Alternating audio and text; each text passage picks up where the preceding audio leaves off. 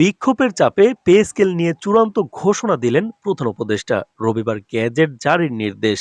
তো দর্শক, নবম পে স্কেলের আজকের সবচেয়ে বড় গুরুত্বপূর্ণ নিউজটি শেষ পর্যন্ত দেখুন এবং শুরুতেই চ্যানেলটি সাবস্ক্রাইব করে রাখুন পরবর্তীতে নবম পে স্কেলের সকল আপডেট সবার আগে পেতে।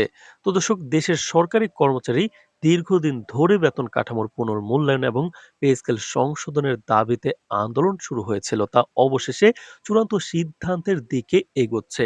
আজ প্রধান উপদেষ্টা জানিয়েছেন, রবিবার নতুন পে স্কেল সংক্রান্ত গেজেট জারি করার নির্দেশ ইতিমধ্যেই সরকারি স্তরে প্রদান করা হয়েছে। এই ঘোষণা এমন এক সময় এসেছে যখন দেশের বিভিন্ন জেলায় কর্মচারীর সংগঠনগুলো একাধিক মিছিল ও সমাবেশের মাধ্যমে সরকারের দৃষ্টি আকর্ষণ করছিল।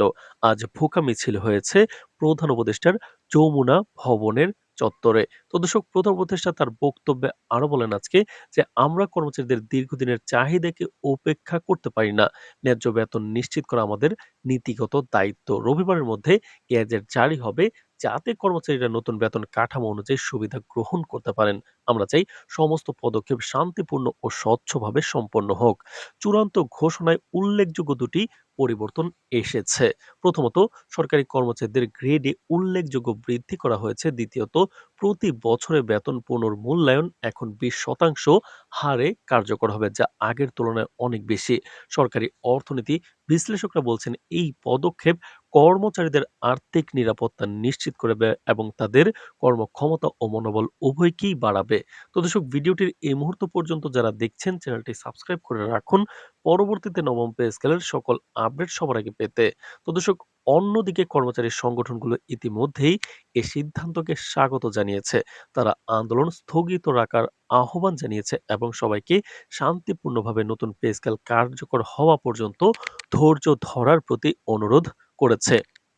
তবে তারা স্পষ্ট জানিয়েছে, যদি কোনো ধরনের বিলম্ব, কাগজপত্রে গাফলতি বা অনিয়ম ঘটে তবে আন্দোলন পুনরায় শুরু হবে।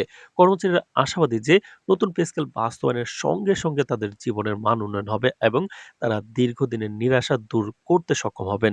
রাজনৈতিক বিশ্লেষকরা মনে করছেন, এই সিদ্ধান্ত শুধু কর্মচারী সমাজকে সন্তুষ্ট করার জন্য নয়, বরং এটি প্রশাসনিক স্বচ্ছতা এবং ন্যায়সঙ্গত বেতন কাঠামোর একটি শক্তিশালী দৃষ্টান্ত স্থাপন করবে।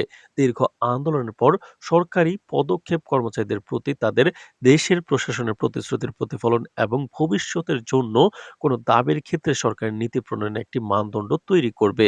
কর্মকর্তারা আশাবাদী যে রবিবারের গ্যাজেট জারির পর নতুন ব্যবস্থা কার্যকরভাবে শুরু হবে।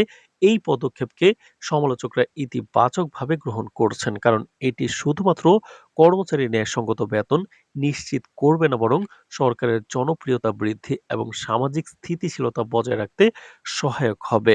তবে অনিশ্চয়তা এখনো সম্পূর্ণ দূর হয়নি। বিশেষজ্ঞরা মনে করছেন, গ্যাজেট জারির পরও প্রশাসনিক জটিলতা বা কাগজপত্রের বিলম্ব থাকলে কর্মচারীদের মধ্যে পুনরায় উত্তেজনা সৃষ্টি হতে পারে। তবুও বর্তমান প্রেক্ষাপটে বলা যায়, দীর্ঘ আন্দোলনের চাপে চূড়ান্ত ঘোষণা এবং রবিবারের গ্যাজেট জারি কার্যক্রমকে ইতিবাচক পদক্ষেপ হিসেবে গণ্য করা হচ্ছে। দেশের কর্মচারী সমাজ আশা করছে, এই পদক্ষেপ তাদের ন্যায্য বেতন, নিরাপত্তা এবং প্রাপ্য সম্মান নিশ্চিত করবে, যা আগামীর জন্য একটি শক্তিশালী ভিত্তি স্থাপন করবে।